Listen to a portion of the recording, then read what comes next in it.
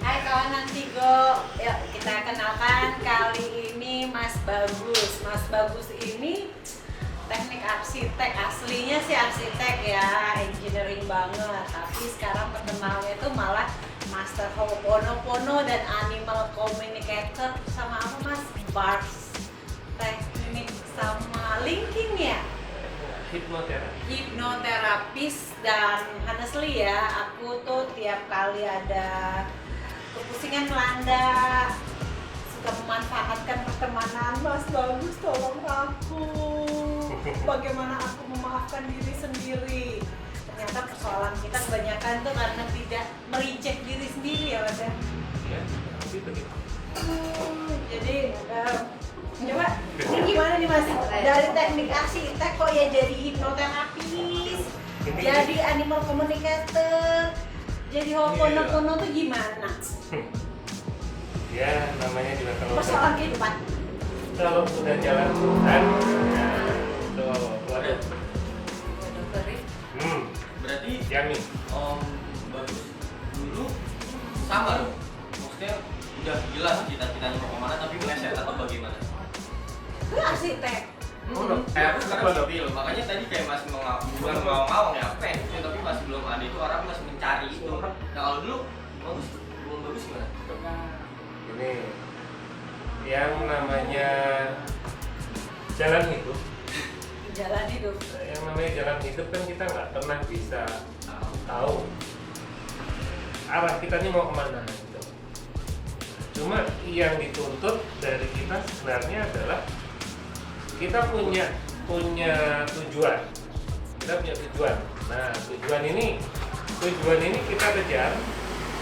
Tujuan ini kita kita jalani sampai kita menemukan satu poin di mana kita nanti akan dapat penyadaran.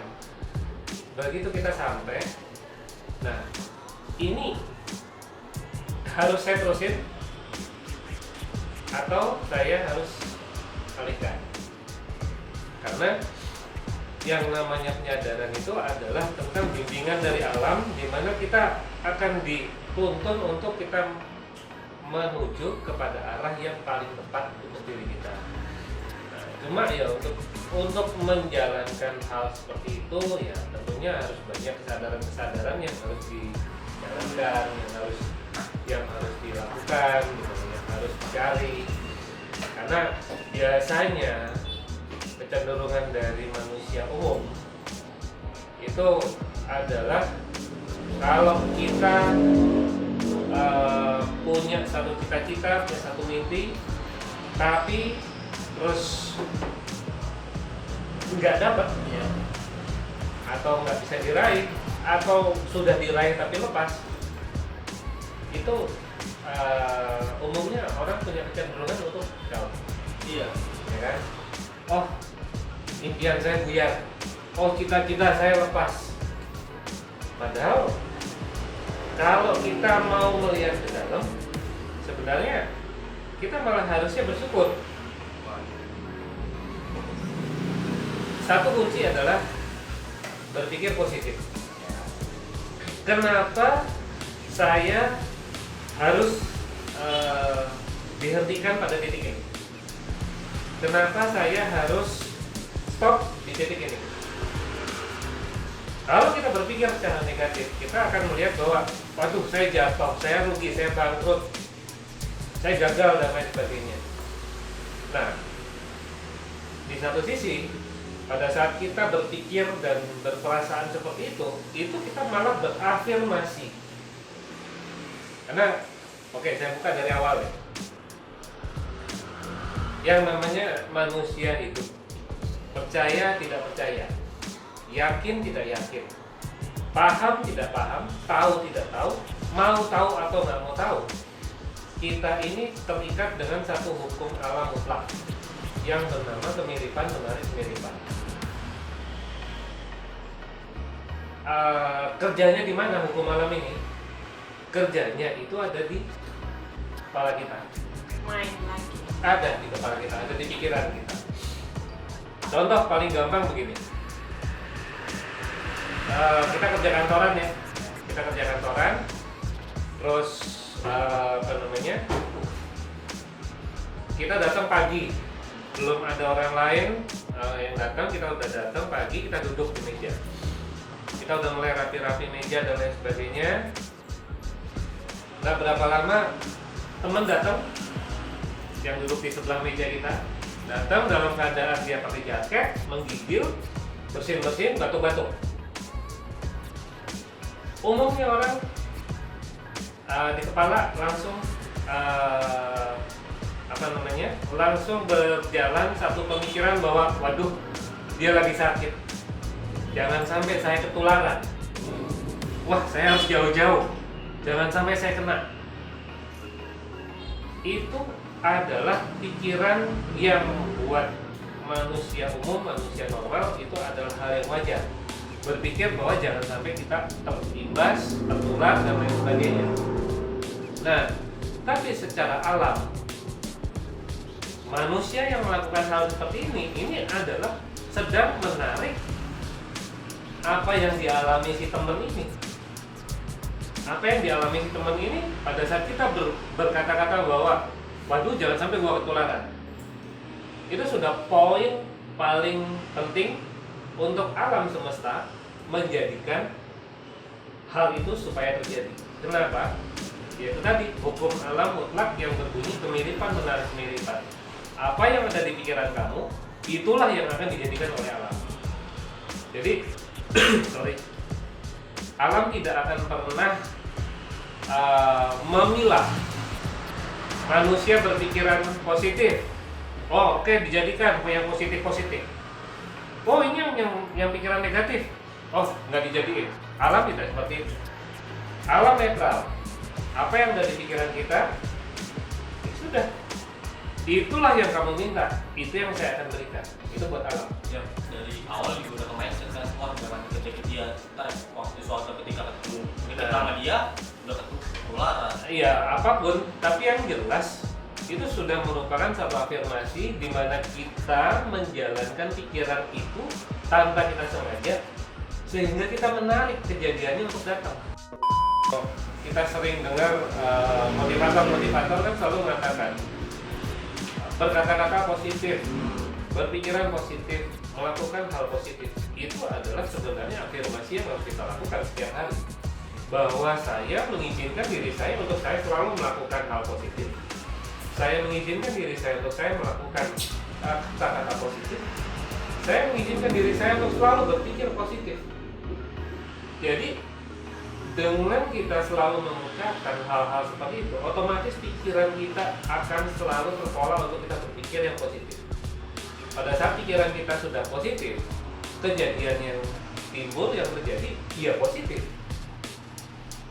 Pada saat kita berkata-kata yang positif, kita tidak nyakitin orang, kita tidak menarik hal-hal buruk untuk datang, kita tidak menarik sumpah serapah orang. Malah pada saat kita berkata-kata hal positif yang akan diberikan oleh orang lain sebagai timbal balik itu adalah hal positif juga. Sebagai contoh, kita nengok orang nih, ya, orang lagi sakit. Coba kalau kita ngomong, syukurin, sakit kan lu, dia ketawa, tapi hatinya bisa aja dia dalam hati bilang, iya, nanti lu rasain, doa keluar, lu rasain nanti sakitnya. Coba kalau kita berkata-kata yang positif. Sekarang kamu sakit, jangan berpikir macam-macam, makan obat, cukup istirahat. Saya berdoa kamu selalu sehat dan kamu akan sembuh dari sakitmu. Dalam hati dia akan bilang terima kasih, saya didoakan, dan dia akan membalas dengan doa yang baik, Pak. Itu sudah otomatis. Nah, itu tadi kemiripan menarik kemiripan. pada saat kita mengeluarkan apa yang ada di pikiran yang positif, sudah pasti kita menarik hal positif untuk berbalik lagi datang kepada diri kita. Pada saat kita mengeluarkan sumpah serapah, ada di pikiran keisengan, kejailan, atau bahkan kebencian, terus kita keluarkan dari mulut dan kita timpakan kepada orang lain, ya itu pasti akan berbalik pada diri kita. Walaupun mungkin tidak saat itu orang itu diam, tapi secara batin, secara alam bawah sadarnya dia pasti akan ada doa-doa yang membales. Ya, biarin deh, lu ledekin gua, lu celak gua. Nanti kalau lu udah ngerasain kayak gua, lu bisa gua balas deh. Nah, ya, itu makanya kenapa ya banyak motivator selalu mengarahkan kita untuk selalu berpositif. Karena ya memang secara hukum alam itu yang paling baik. Kita mendoakan orang, kita sendiri punya masalah, pilek misalnya atau demam, atau misalnya ada masalah kesehatan yang lain. Tapi pada saat kita keluar dari rumah, kita lihat ibu-ibu tukang sapu. Pagi ibu, sehat terus ya ibu ya, jaga kesehatan bu, itu supaya aman. Nanti kalau pulang ke rumah pokoknya jangan bawa penyakit, biar sehat ya bu ya. Kita doakan dia, nggak perlu deh dia yang balas. Doa ini kan didengar oleh Allah. Ketemu yang lain doain, atau walaupun nggak bertatap muka seperti ini, dalam hati kita lagi nyetir atau lagi di angkot, ya kita melihat orang-orang yang lagi di jalan. Saya doakan bapak itu selalu sehat, selalu berlimpahan, selalu banyak rezeki. Dan lihat yang lain doain lagi hal yang sama. Bagus tadi kayak kasus COVID, dokter kan masih dia mencurahkan semua dirinya untuk kesehatan teman-teman yang kena COVID. Tapi kenapa pada akhirnya miris banget kan? Akhirnya dia yang meninggal karena COVID. Itu gimana Mas Bagus? Nah, kita kan nggak pernah tahu isi hatinya masing-masing orang itu gimana. Dan kita juga nggak pernah tahu isi hatinya para dokter itu seperti apa. Dan ya kalau yang kita bisa tebak cuma satu, Ikhlas. bukan ikhlas. Oke, ikhlas. Tapi ada satu hal, ini buat sebagian orang penyakit ini kan momok, Iya. mengerikan, ya kan, buat sebagian orang.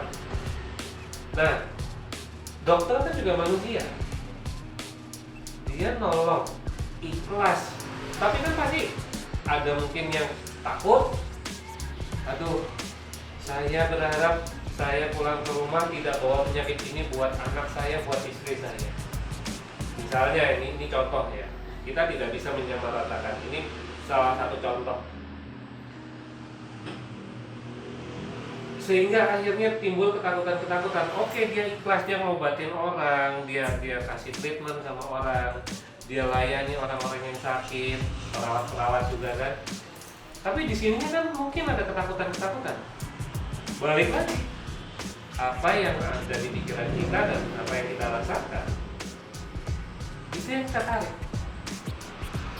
Jadi pada saat si dokter mungkin ya, ini mungkin ya, karena kita nggak pernah tahu pikirannya mereka. Mungkin si dokter ini, saya yakin saya sehat, yang penting saya jalankan niat saya merawat mereka, membantu mereka, dan dengan saya membantu dan merawat mereka, saya yakin saya pun akan diberi bantuan bahwa saya akan selalu sehat, selalu kuat, selalu aman. Pada saat kita sudah berafirmasi seperti itu dan kita masukkan ke pikiran dan perasaan kita, ya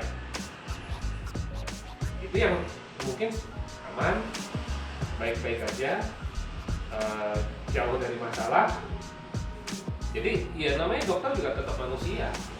Kita kita nggak bisa menyamaratakan bahwa hanya kalau dokter harusnya begini. Ya balik lagi, dokter juga punya ketakutan, dokter juga punya rasa lelah. punya juga mungkin pemikiran-pemikiran negatif, misalnya, aduh ini penyakit seperti ini, saya di rumah sakit seperti ini. Pada saat dia pulang itu dia pikirannya macam-macam, anak-anaknya diusir-usirin dulu, pokoknya dia mandi dulu apa segala macam. Nah, ya berbagai hal seperti itu kan tinggal dilihat mana yang kuat. Mas Bagus, jadi nih kan dalam kayak gini situasi kan menentukan pikiran kita juga jadi terganggu. Gimana netralin nih dari kondisi yang kayak di kiri kanan semua fear, baca berita fear, teman-teman di sekeliling fear, itu kita juga untuk stay positif, untuk stay juga istilahnya stay grounded lah, stay untuk bisa menetralkan diri dan menetralkan itu gimana ya? Karena saya sendiri ya, saya kan ya empat yang terbantu banget dengan banyak metode seperti ini. Mungkin ada teman-teman yang juga empat, akhirnya yang ditarik adalah dia berada di tengah ketakutan, dia merasakan ketakutan, akhirnya dia semakin menarik ketakutan. Saya bersyukurnya tuh lumayan mengenali, ini kayaknya udah nggak benar. Jadi saya langsung cari pertolongan di situ. Kan ada yang banyak nggak bisa nih Mas. Iwan udah kayak gini aja, saya dikelilingin teman-teman yang semuanya support dan bisa membantu saya, tetap itu ada masa-masa periode yang saya terganggu banget gitu. Dan untuk back on the track itu benar butuh bantuan. Ada life hacknya nih, kalau awang dari kemarin istilahnya life hack banget nih semuanya gitu. Ya pegang sini kalau Pak Budi life hack, ya ini kalau ini life hacknya gimana nih Mas?